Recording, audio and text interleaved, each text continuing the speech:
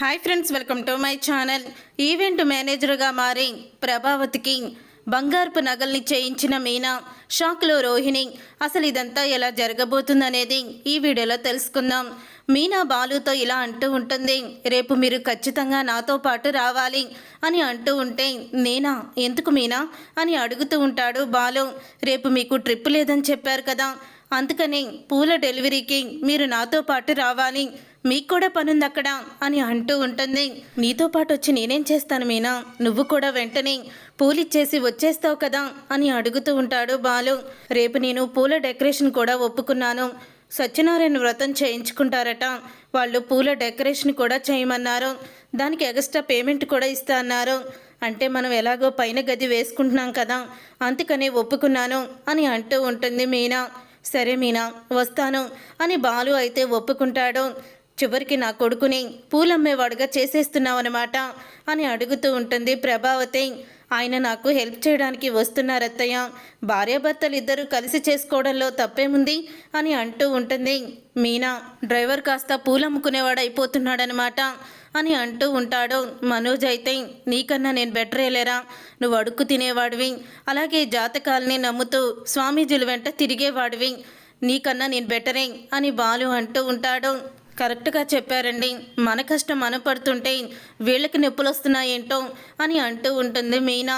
అవునా అంటే, వాళ్ళిద్దరూ భార్యాభర్తలు ఇద్దరూ కష్టపడాలనుకుంటున్నారు, ఇంకెందుకు మీరు ఇలా కళ్ళల్లో నిప్పులు పోసుకుంటారు అని అడుగుతూ ఉంటుంది శృతి.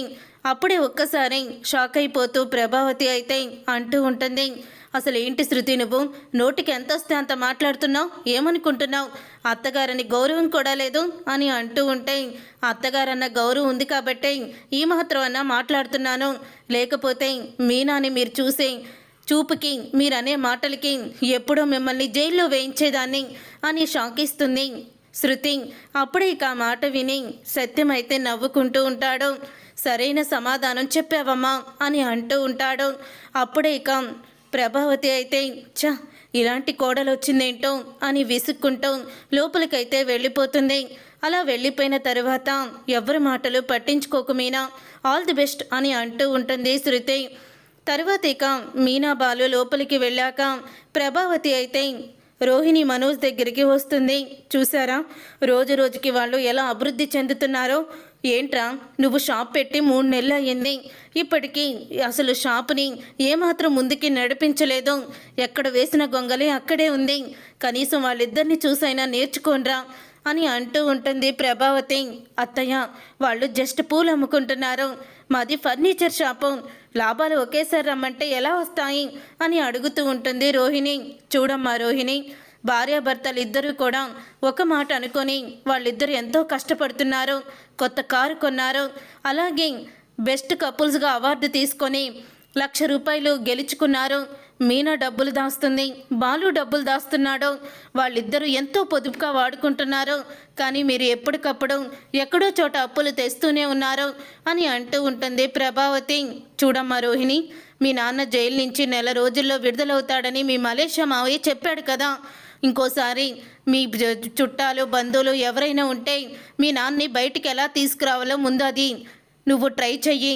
మీ నాన్నని అక్కడున్న ఆస్తులన్నీ అమ్మేసుకొని ఇక్కడికి వచ్చి ఏదైనా కంపెనీని స్టార్ట్ చేయమను, మనోజు ఆయన చూసుకుంటారు, అప్పుడు మనోజ్కి ఇలా ఫర్నిచర్ షాప్లో కూర్చొని ఇలాగా తను ఎక్కువగా కష్టపడడం అనేది ఉండదు అని అంటూ ఉంటుంది ప్రభావతి.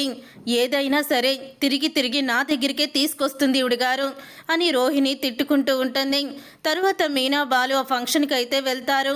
వెళ్ళిన తర్వాత పూల డెకరేషన్ మొత్తం కూడా చేసేస్తారు ఇద్దరూ కలిసి. భార్యాభర్తలు ఇద్దరూ కూడా చాలా బాగా డెకరేషన్ చేశారు అని పూలు తెచ్చిన దానికి డెకరేషన్కి డబ్బులు ఇవ్వబోతుండగా, ఏవండి క్యాటరింగ్ వాళ్ళు మనల్ని దగా చేశారు, ఇప్పుడు మనకి ఇవ్వాల్సిన భోజనాలు కుదరలేదని చెప్పేస్తున్నారండి, ఏం చెయ్యాలో అర్థం కావడం లేదు, చూస్తే చుట్టాలు వచ్చేశారు, మరొక క్యాటరింగ్కి ఫోన్ చేస్తే మీరు అప్పటికప్పుడు చెప్తే అవ్వని వాళ్ళు కూడా ఇవ్వమని చెప్పేశారు, ఇప్పుడు చుట్టాలందరి ముందు మన పరువు పోతుందేమోనండి అని ఆ ఇంటి ఆవిడ అయితే అంటూ ఉంటుంది. అప్పుడే అది విని ఇక బాలు మీనా అయితే, అయ్యో కంగారు పడకండి, మీరు వెళ్ళి వ్రతం చేసుకోండి, ఎంతమందికి భోజనాలు అని అంటూ ఉంటుంది మీనా. అప్పుడే ఒక 100 మంది ఉంటారమ్మా అని అనగానే సరుకులన్నీ లిస్టు నేను రాసిస్తాను, మీ వాళ్ళు ఎవరి చేతైనా తెప్పించండి, నేను నా భర్త మా అమ్మని మా చెల్లిని కూడా పిలుస్తాను, మీరు ఇబ్బంది పడకండి, మేము వంట చేస్తాము అని అంటూ ఉంటే అప్పుడే బాలు అయితే అవునండి, మిమ్మల్ని చూస్తుంటే నాకు హెల్ప్ చేయాలనిపిస్తుంది, టెన్షన్ పడకండి, వ్రతం చేసుకోండి, అనుకున్న టయానికి మా మీనా వండేస్తుంది, తను చాలా బాగా వంట చేస్తుంది అని అంటూ ఉంటాడు బాలు. సరే బాబు, మీరు చెప్పిన మాటకి మీ మీద నమ్మకంతో మేము ధైర్యంగా ఉంటాము, అన్ని సరుకులు తెప్పిస్తాను, అన్ని సరుకులన్నీ తెప్పిస్తాడు. ఇంతలో పార్వతికి సుమతికి రమ్మని ఫోన్ చేస్తుంది. మీనా అయితే వాళ్ళిద్దరు కూడా వస్తారు. జరిగిందంతా తెలిసి పోన్లేమ్మా, మంచి పనే చేశావు, మేం కూడా హెల్ప్ చేస్తాము అని వాళ్ళిద్దరు కూడా హెల్ప్ చేస్తారు. అలా 100 మందికి కూడా వ్రతం అయ్యేసరికి మీనా భోజనాలైతే వండేస్తుంది. ప్రతి ఒక్కటి కూడా ఎంతో టేస్ట్గా వండుతుంది. అందరూ కూడా భోజనం చేసి ఏ క్యాటరింగ్కి ఇచ్చారని అడుగుతూ ఉంటారు. అప్పుడే ఇంకా క్యాటరింగ్ వాళ్ళు మోసం చేశారు. పూల డెకరేషన్ చేయడానికి వచ్చిన ఈ భార్యాభర్తలు ఇద్దరై అప్పటికప్పుడు ఈ వంట చేశారు. అప్పటికప్పుడు చేసిన అమోఘంగా చేశారు. ఇదిగోండమ్మా డబ్బులు అని ఇంటి గల్ల అతను డబ్బులైతే ఇస్తాడు. సార్, మేమేదో హెల్ప్ చేద్దాం అనుకున్నాము, సరుకులన్నీ మీవే కదా, మాకు డబ్బులు వద్దు సార్ అని అంటూ ఉంటాడు. బాలు అయితే అవును బాబాయ్, మాకు వద్దులేండి అని అంటూ ఉంటుంది మీనా. అయ్యో, క్యాటరింగ్ వాళ్ళకి కూడా మేము డబ్బులు ఇచ్చే కదమ్మా భోజనాలు కొనుక్కునేది, ఇది మీ కష్టార్జితం, తీసుకోమ్మా అని అంటూ చేతిలో పెడతారు.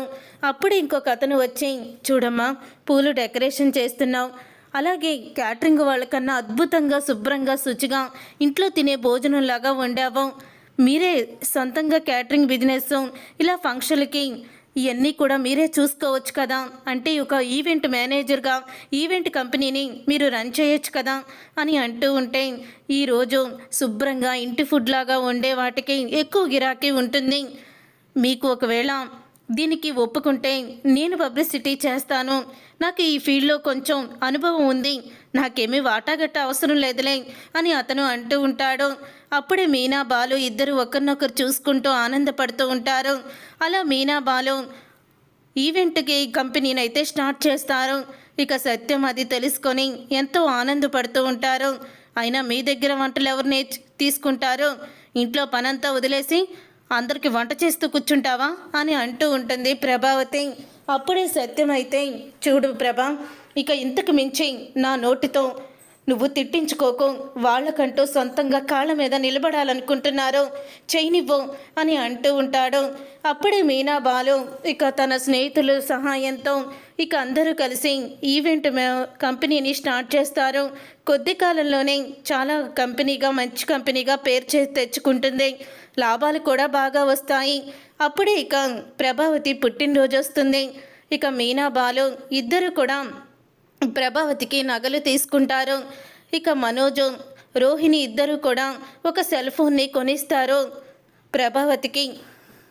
అప్పుడే ఇక ప్రభావతి అయితే ఎంత కాస్ట్లీ ఫోనో, వీళ్ళేం తెస్తారులో, ఏ మట్టి గాజులో తెచ్చుంటారు అని అంటూ ఉంటుంది ప్రభావతి. ఓపెన్ చేసి చూడంగానే దాంట్లో బంగారపు హారం ఉంటుంది. హారాన్ని చూసి ఎంతో ఆనందపడిపోతూ ఉంటుంది ప్రభావతి. మీకే అత్తయ్య గారు, మాకు వచ్చిన మొదటి సంపాదన లాభంతో మీకు ఈ నగలు కొన్నాము, తీసుకోండి అని మీనా అయితే గిఫ్ట్గా ఇస్తుంది. అది చూసి రోహిణి షాక్ అయిపోతూ ఉంటుంది. చూసారుగా ఫ్రెండ్స్, రాబోయే కథలో ఖచ్చితంగా ఇలాగే మరి ఇలాగే జరగాలని మీరు కోరుకుంటే తప్పకుండా వీడియోని లైక్ చేసి మా ఛానల్ని సబ్స్క్రైబ్ చేసుకొని పక్కనే ఉన్న గంట సింబల్పై ఆల్ అని క్లిక్ చేయండి.